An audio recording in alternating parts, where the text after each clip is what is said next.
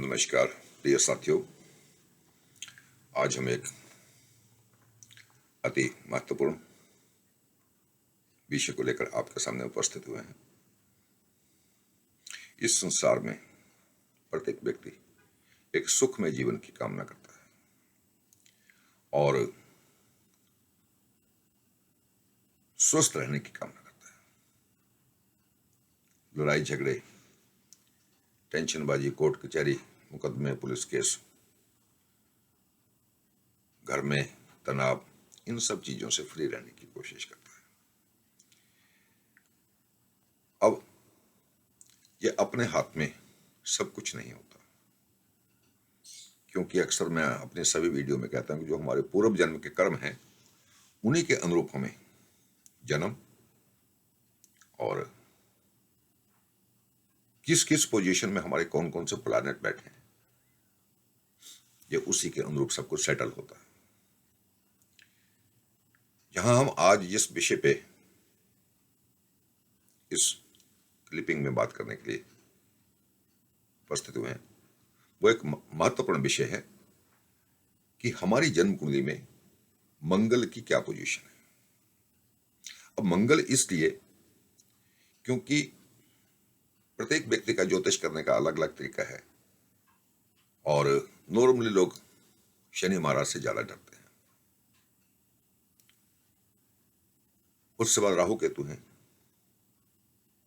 तो मेरा मानना यह है कि शनि तो शनि, अगर दूषित स्थिति में चंद्रमा भी आ जाए तो वो भी आदमी के जीवन को तबाह कर देता है। तो कोई भी प्लैनेट है, हर प्लैनेट का अपना अपना महत्व है। कोई किसी फैक्टर में, कोई किसी तरीके से, कोई किसी पार्ट ऑफ बॉडी में, कोई किसी रिलेशंस में, हर प्लैनेट का अपना अपना एक क्राइटेरिया होता है। उसी क्राइटेरिया में हमें बनिष्ठ करते हैं और इनमें शनि को ऑक्सीजन का कारक, वायु कारक ग्रह है। ऑक्सीजन मानता हूं मैं शनि को, किंतु हमारी बॉडी के अंदर जो ऊर्जा, जो गर्मी है, वो सूर्य और मंगल से मिलती है। तो सूर्य, जिसको हमारे शास्त्रों में नारायण भी कहा गया है, पापक ग्रह है, फिर भी नारायण भी है। तो सूर्य से इतना ज्यादा किसी को मैंने प्रताड़ित होते हुए नहीं देखा। हाँ, ये बात देखिए कि जिन लोगों का सुबह या शाम को जन्म होता है, मतलब जिनका लग्न में सूर्य होता है या सप्तम में सूर्य होता है, और उस समय सूर्य के साथ में अगर किसी व्यक्ति की जन्म कुंडली में प्रथम भाव में या सप्तम भाव में सूर्य के साथ में बृहस्पति बैठा है, तो उनका दाम्पत्य जीवन जो होता है उसमें लाइफ पार्टनर के लिए भारी हो जाता है। सपोज करो कि किसी के सप्तम में बृहस्पति के साथ में सूर्य है, तो जिस व्यक्ति के सप्तम भाव में सूर्य होगा उसकी पत्नी की उम्र को कम करने के कभी कभी चांस हो जाते हैं, वो भी उस पोजीशन में कि उसकी पत्नी की लग्न की डिग्री, लग्न की पावर को देखें, किंतु ज्यादा नहीं। तो मंगल का ऐसा मैंने प्रभाव देखा, ऐसा महसूस किया है कि मंगल अगर किसी का दूषित हो तो उनका जीवन मृत्यु से ज्यादा दुखद हो जाता है, मौत से भी बदतर इंसान की जिंदगी हो जाती है। और मंगल दोष 1, 4, 7, 8, 12 इन भाव में से किसी भी भाव में मंगल बैठा हो तो बच्चा मंगली होगा। और मंगली क्या होगा कि उसके बॉडी के अंदर एनर्जी ज्यादा होगी, क्योंकि ये अग्नि तत्व प्लैनेट है मंगल। और अगर इसके साथ में शनि बैठा हो तो ज्योतिष शास्त्र ये कहता है कि मंगल दोष भंग हो रहा है। और भंग कैसे हो रहा कि शनि ऑक्सीजन है, ऑक्सीजन में पानी है और हवा जो है ठंडक देकर उस अग्नि, ओम अंग अंगार का नाम, मंगल रूपी जो अंगार है उसकी तपस को हवा जिसमें पानी होता है वो कम कर देती है। हमारे ज्योतिष शास्त्र में लिख दिया कि मंगल दोष भंग हो रहा है। वो भंग नहीं होता, मंगली होता है, किंतु आग है तो साथ में हवा चल रही है, गर्मी है तो हम फैन चला लेते हैं, पंखा चला लेते हैं, गर्मी का प्रभाव कम हो जाता है, जिसको हम ज्योतिषीय भाषा में कह देते हैं कि मंगल दोष भंग हो रहा है। तो मंगल खुद जहां बैठे हैं और मंगल की राशि, मैंने 99% लोगों की जन्म कुंडली में देखा है कि अगर किसी की मेष राशि है तो तामस उसके सिर पे सवार रहेगा। उससे बाद कहीं तामस उसमें मंगल मेष राशि में लग्न में आ गया तो अति क्रोधी और ऐसा उसका क्रोध होता है कि वो खुद को हर्ट करता है, अपने आप को भी नुकसान दे सकता है अगर लग्न में मंगल है। फोर्थ हाउस में मंगल है, अगर फोर्थ हाउस में मंगल है तो ये समझो कि सबसे ज्यादा घातक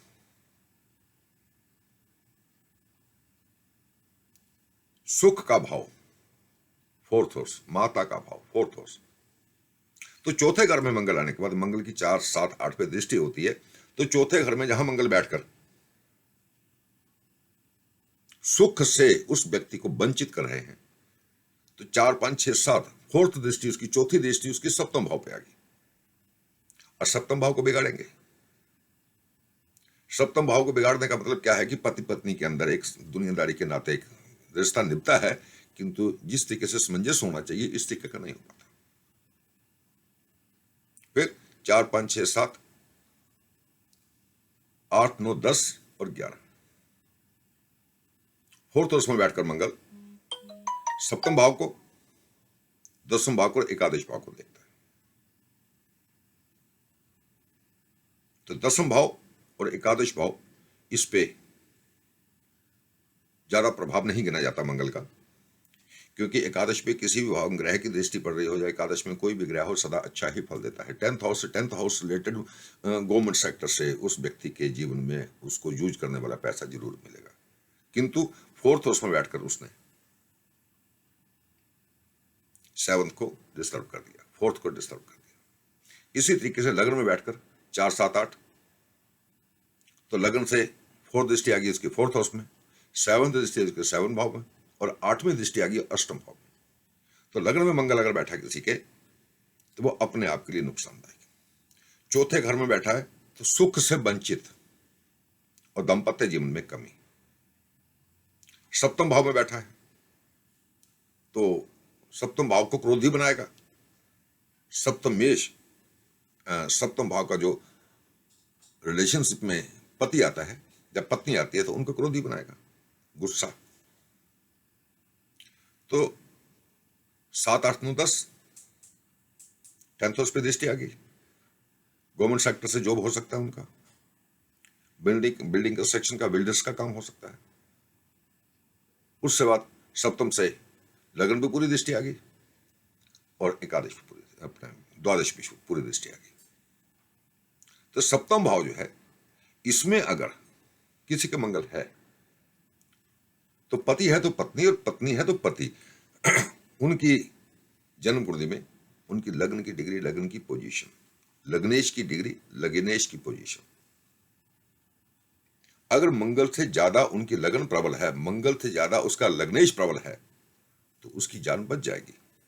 और अगर मंगल की डिग्री से कम उनके लग्नेश की डिग्री या लग्न की डिग्री है तो निश्चित उनको साफ कर देगा।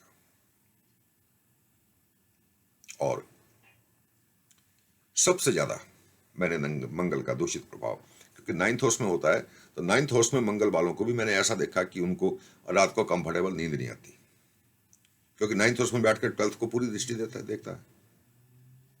तो मंगल की लग्न पे, चौथे पे, 7वें पे, 8वें पे, 12वें पे अगर किसी भी व्यक्ति की जन्म कुंडली में मंगल की दृष्टि आ रही है तो उनको मंगल का दोष भोगना ही भोगना पड़ेगा।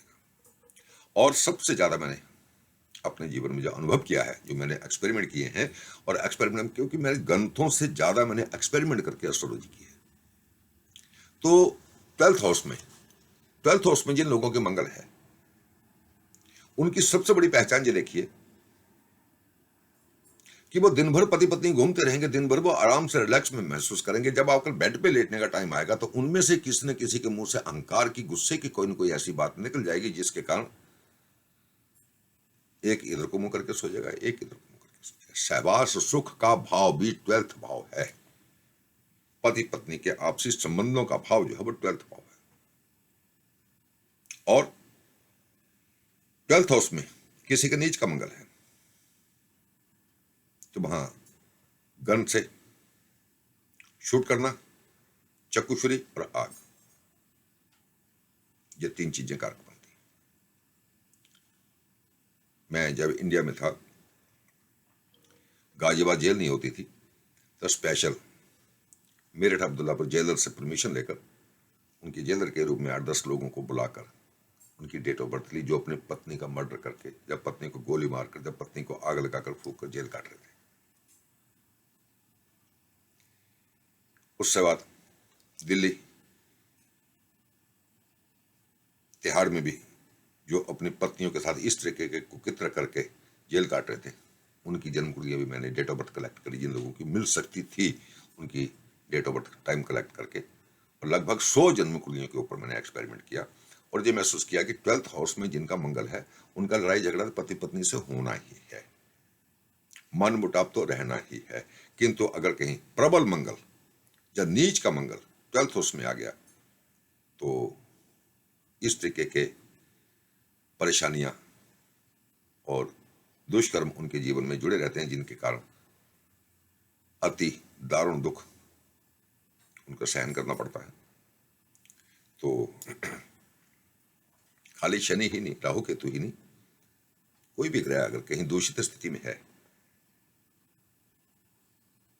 एक गाजियाबाद में एक सेमिनार में विवाह परिचय सम्मेलन में एक हमारे मिलने वाले ज्योतिषी थे, उन्होंने ये कह दिया कि जी हम मंगल दोष को नहीं मानते।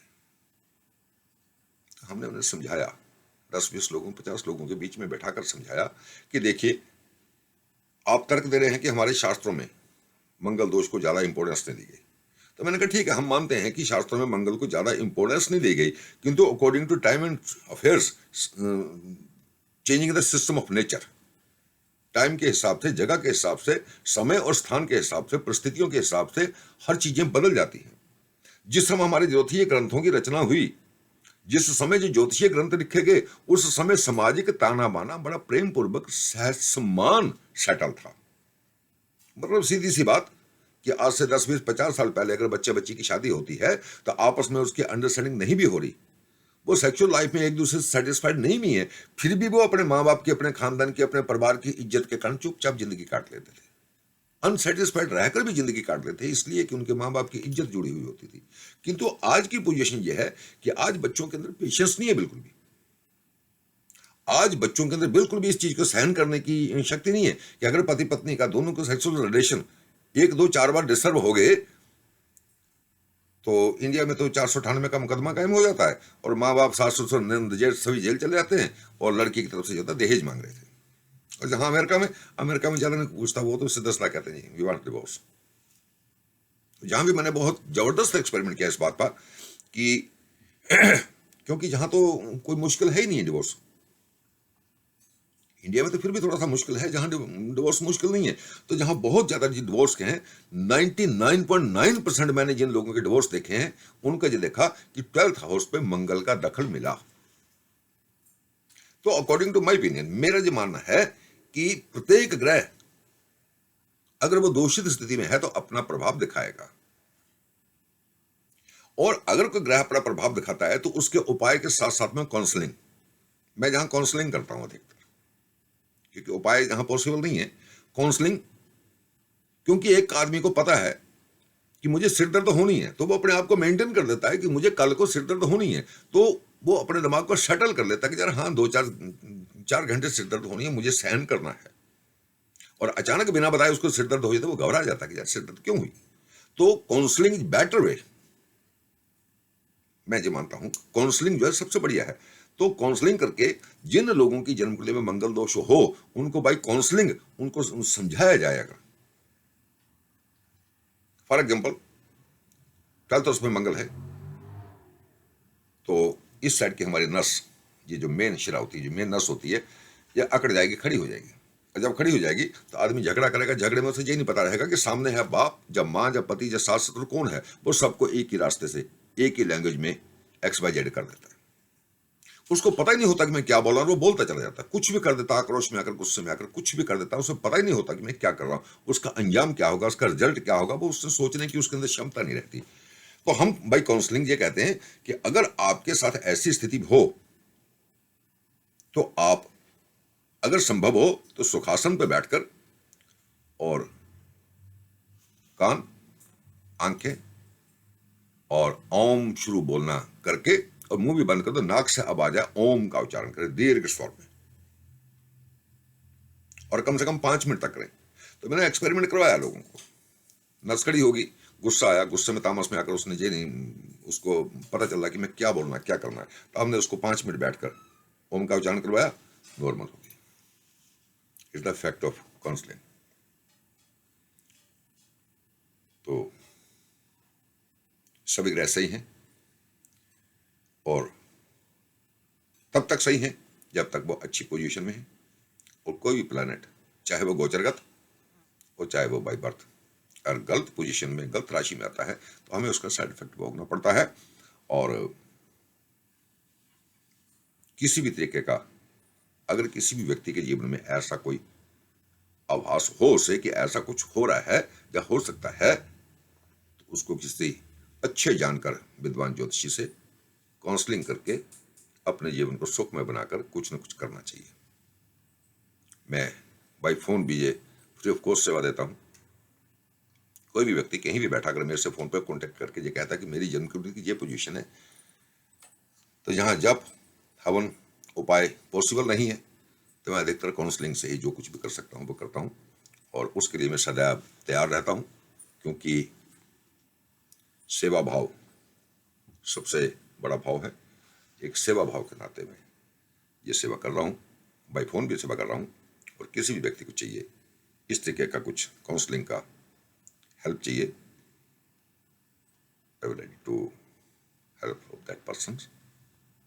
और एक ही लक्ष्य कि सर्वे बंधु सुखना सर्वे संतु निरामया, इसी भावना के साथ जय माता ईश्वरी।